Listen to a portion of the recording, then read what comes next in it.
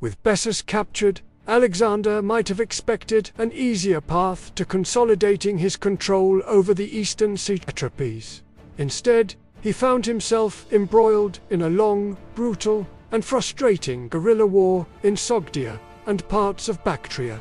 The main architect of this fierce resistance was Spitamenes, a charismatic Sogdian nobleman who had helped betray Bessus, but then turned against Alexander, proving to be one of the most formidable and elusive enemies the Macedonians ever faced. The capture of Bessus in the summer of 329 BCE did not, as Alexander might have hoped, lead to the swift pacification of Bactria and Sogdia.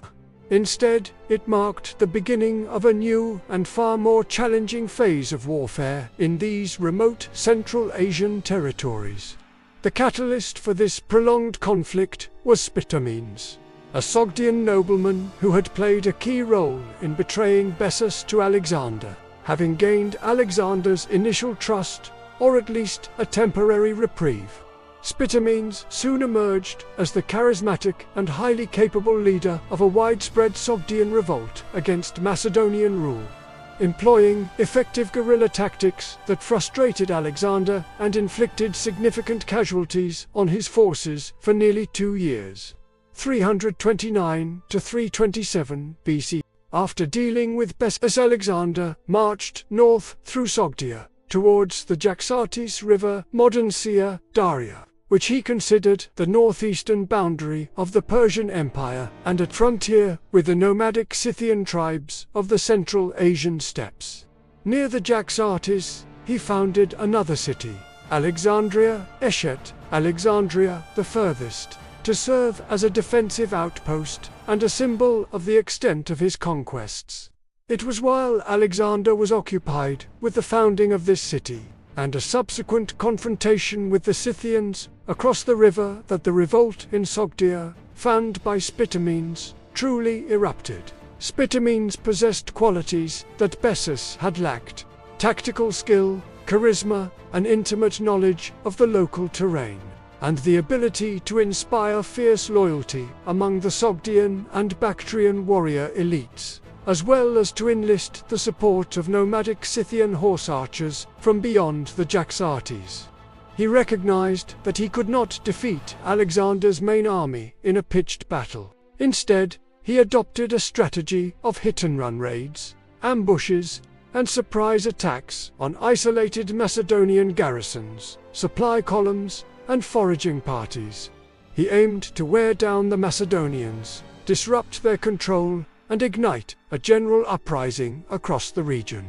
The first major success for Spitamenes came when he besieged the newly established Macedonian garrison at Maracanda, modern Samarkand, the capital of Sogdia. Alexander dispatched a relief force under the command of Pharnaces, Karanas, and Andromatus, consisting mainly of Greek mercenary, infantry, and cavalry, and some Macedonian cavalry. Spitamenes, learning of their approach, lifted the siege of Maracanda and skillfully lured the Macedonian relief force into an ambush near the Polytumetus River, Zero-Veshan River. Using his highly mobile Sogdian and Scythian cavalry, Spitamenes surrounded the Macedonians, who were less adept at fighting in broken terrain against such elusive foes. The entire Macedonian force, numbering perhaps 2,000 to 2,500 men, was annihilated in what became known as the disaster at the Polytumetus. This was one of the most serious defeats Alexander's forces suffered during his entire campaign, and it sent shockwaves through the Macedonian high command. When news of this catastrophe reached Alexander, he was reportedly enraged and deeply concerned. He immediately marched with a light, mobile force towards Maracanda, covering the distance with incredible speed, hoping to catch Spitamenes.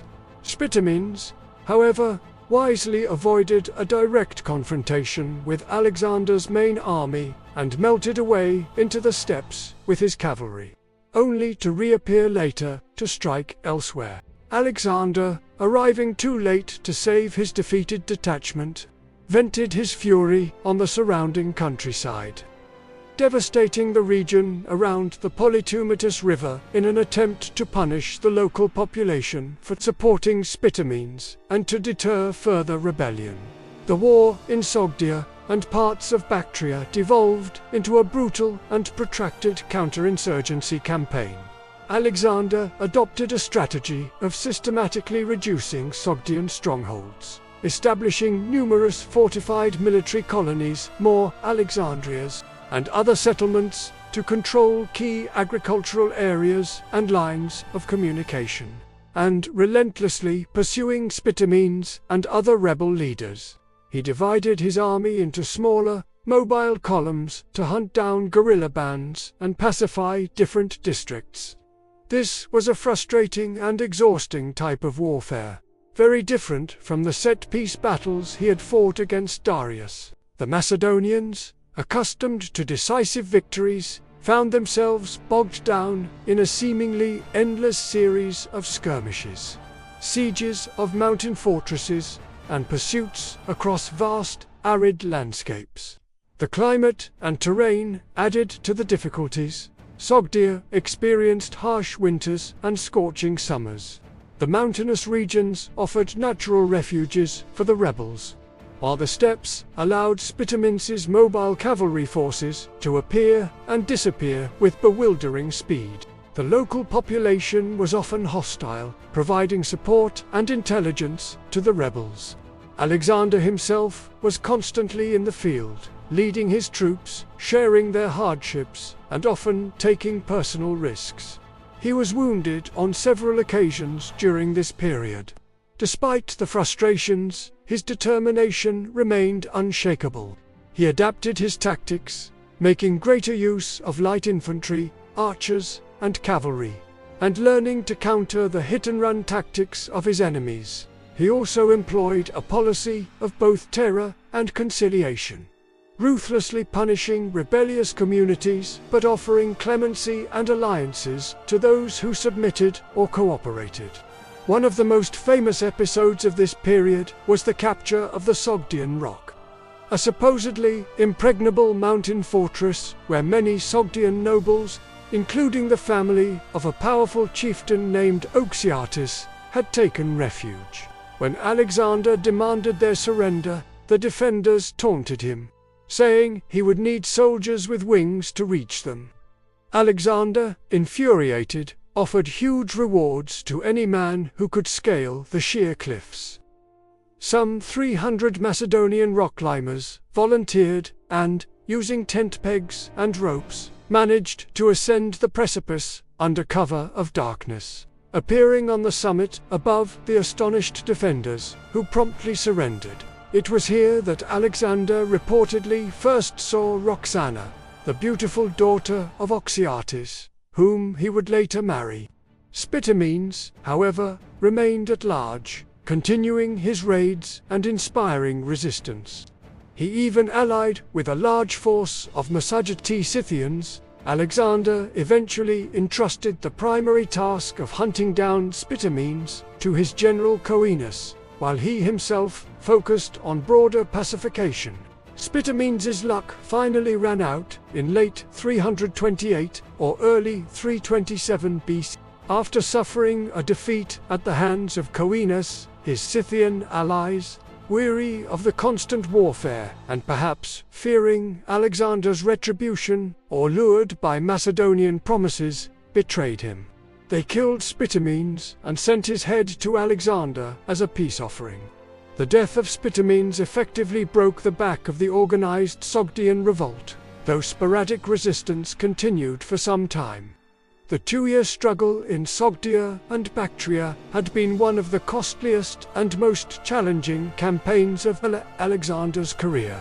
It had tested his army to its limits and forced him to adapt to a new kind of warfare.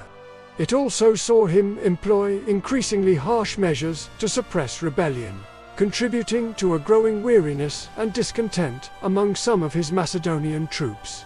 With Sogdia finally pacified, Alexander could turn his attention to his next great ambition, the invasion of India